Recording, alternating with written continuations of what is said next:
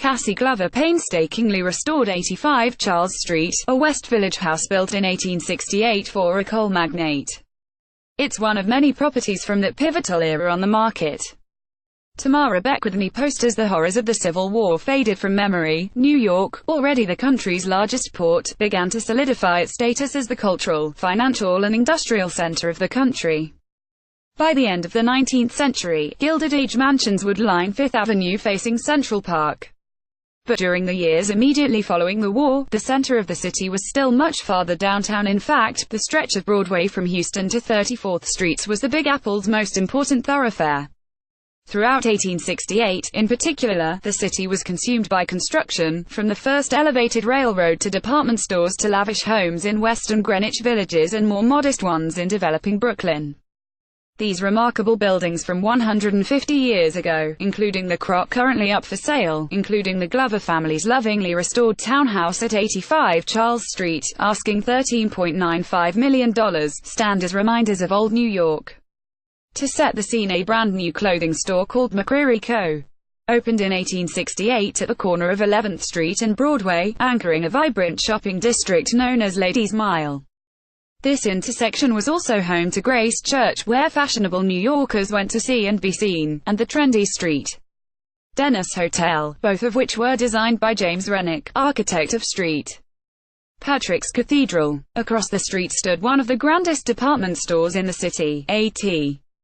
Stewart's Cast Iron Palace, which had been built by architect John Kellum 10 years earlier.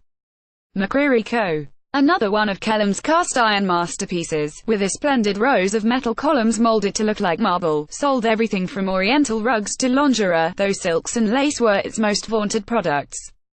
Like many department stores of the era, some of the building was straightforward retail, while other floors were given over to in-house garment manufacturing. Converted to a coupe in 1973 and dubbed the Cast Iron Building, today the apartments bask in sunlight that escapes through the arched colonnades. Before electricity, such windows were necessary to showcase the store's offerings in, quite literally, the best possible light. Department store McCreary Co. opened in 1868 on Broadway at 11th Street left. Kevin McLeish Middle bought a one-bedroom after the Casseron Beauty was converted to coupes in 1973. His pad, which showcases the building's arched colonnades right, asked $985,000. J. Paul Getty Images. Brian Zanni post when Kevin McLeish purchased his cast-iron apartment, at 67E 11th Street, in 1989, he knew he'd found something special. When I first walked into my apartment, says McLeish, 63, a retired software development manager, I knew this was a very New York City type of building, with unique layouts and a very loft-like feel. Living in the 121-year-old building, he adds, with the high ceilings and large windows, which look out over both Grace Church and the former St. Denis, now an office building, also gives the feeling of living in a historic district. McLeish's 725-square-foot one-bedroom was on the market for $985,000 via Moore & Robert Giles at Corcoran. It went into contract earlier this month. Also in 1868, architect Henry Engelbert built the appropriately named Grand Hotel on Broadway and 31st Street. It's a marble edifice, now a landmarked apartment building, designed in the French Second Empire style that was popular at the time, with its hallmark sloping mansard roof. New York-based industries from shipping to manufacturing were key to the country's recovery following the Civil War. With money flowing into the city, grand was the watchword of the day. The post-war building boom kept Engelbert busy constructing everything from churches to commercial space to houses, including the West Village's 85 Charles Street. Also from 1868, which is currently on the market for $13.95 million with broker Cassie Glover at Brown Harris Stevens. Glover, 44, and her husband, Paul, a 50-year-old financier, are also the owners. The townhouse was originally built for coal magnate Henry E. C. Kugler, who commissioned Engelbert to build a trio of houses at the intersection of Charles and Bleecker Streets. While much of the area had already been built up between 1830 and 1850, this block, known for years as Van Ness Place, was a holdout of an earlier time when the village was still an actual village dotted with farms and estates. On this parcel stood the 18th century home of Admiral Peter Warren, a staunch British loyalist who fled New York before the Revolution. The farmhouse later passed to the Van Nest family and was not torn down until 1864, freeing up prime real estate for development. Glover rescued the original fireplaces from the basement and installed them in the house, listed for $13.95 million. A thick facade serves as soundproofing and insulation. Brown Harris Stevens. When the Glovers bought 85 Charles Street in 2004 for $4.5 million, it had undergone numerous renovations, none of them sympathetic to the original. There was, Cassie Glover says, lots of Formica, and what was considered modern in 1981. During a painstaking restoration of the nearly 5,000 square foot, 5-bedroom property, the Glovers found 3 of the home's original fireplaces, which had been ripped out and stored in the basement, and reinstalled them. The original 1868 front doors, which feature beautiful architectural details such as hand-carved rosettes, were also rehabbed, along with the original hardwood floors on 2 levels. As Cassie Glover points out, because nearby Bleecker Street was a business district when the house was built, its deeply set windows and thick facade provide natural insulation and soundproofing. Built in 1869, this detail-filled West Village townhouse at 250 West 11th St. is on the market for $5.99 million. Its handsome central staircase gives the home the proportions of a mini mansion, according to Elliman broker Kimberly J. Douglas Elliman. Up next, the fact that coal magnate Kugler was so eager to develop multiple homes on the Warren land points to how important this neighborhood was in the years right after the Civil War. While the super-wealthy were migrating north, towards 34th Street, most New Yorkers prefer to stay closer to the city's shopping drags and cultural hubs. Just 3 blocks away from 85 Charles Street is another townhouse on the market, 1869 built 250 W 11th Street, listed for $5.99 million from Kimberly J. Douglas Elliman. One of 5 houses designed by architect James J. Howard at the intersection of West 11th and West 4th Streets, 250 W 11th Saint's architectural details remain intact, from an ornate oculus around a skylight to the original hearth from the 19th century kitchen in what is now the dining room. The handsome central staircase, broker J says, gives the home the proportions of a mini mansion. 17th Street. Luke's Place's location across from a church cemetery in the West Village meant this 1865-built townhouse always had access to light and air. The 4-bedroom home is on the market for $10.25 million and the molding has included Douglas Elliman. Up next, even grander is the townhouse at 17th Street.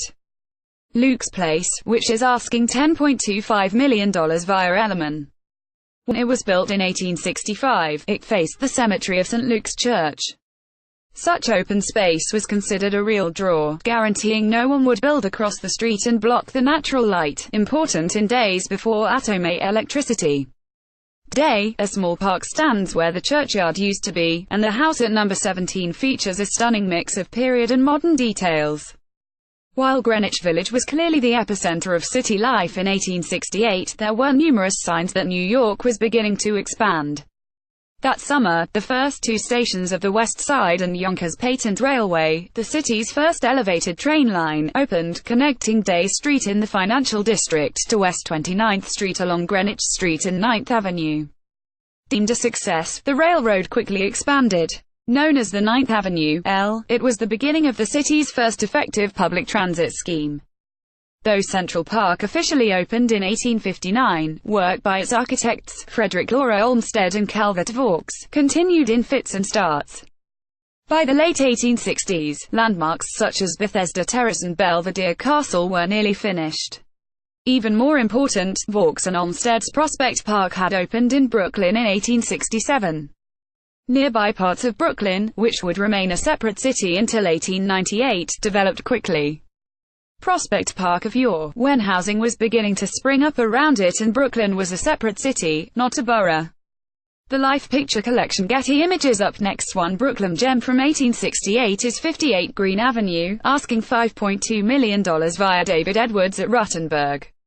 Just a 20-minute walk from Prospect Park, and steps from Fort Greene Park, an even older green space, this 4-story brownstone and its landmarked neighbors provide a typical example of what an upper-middle-class neighborhood looked like a century and a half ago. Imports and exports via the ports of New York and Brooklyn increased after the war. Neighborhoods like Red Hook also saw a boom. On Coffee Street, steps from what is today's gentrifying waterfront and the five boroughs-only Ikea, a row of 7 homes went up in 1867 to take advantage of the rising economic climate. Listed for $2.25 million by Corcoran, 168 Coffee Street has been stripped of many of its 19th-century features. But it still boasts some original detailing, a cozy rear yard and stunning views of Lower Manhattan from the rooftop. Brooklyn properties, too, started to spring up in this post-Civil War era, when Prospect Park opened. This $5.2 million, 6-bedroom Fort Greene house has been modernized but retains its original marble fireplaces left. Or relax in the backyard patio area at 168 Coffee Street in Red Hook, right? Rottenberg, NYC. Corcoran. Yet for all this growth, New York 150 years ago still clung to vestiges of its small-town past. For Manhattanites, most shopping, dining and entertaining was still within walking distance. But within a generation, those newfangled L trains, and then the subway, would push housing farther and farther away, turning most Big Apple workers from residents into commuters. Today, we are coming full circle. McLeish has been in the cast-iron building for almost 3 decades. In that time, he says the stretch of Broadway south of Union Square has changed dramatically.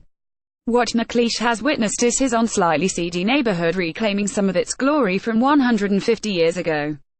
In 1868, you could step out the door of 67 East 11th St. and find the world at your doorstep. Now, New Yorkers drawn to the area have plenty of new developments to choose from.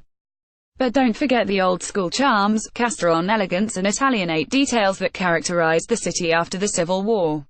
This late 1860s real estate boom laid the foundations for the city's emergence as a world capital during the Gilded Age.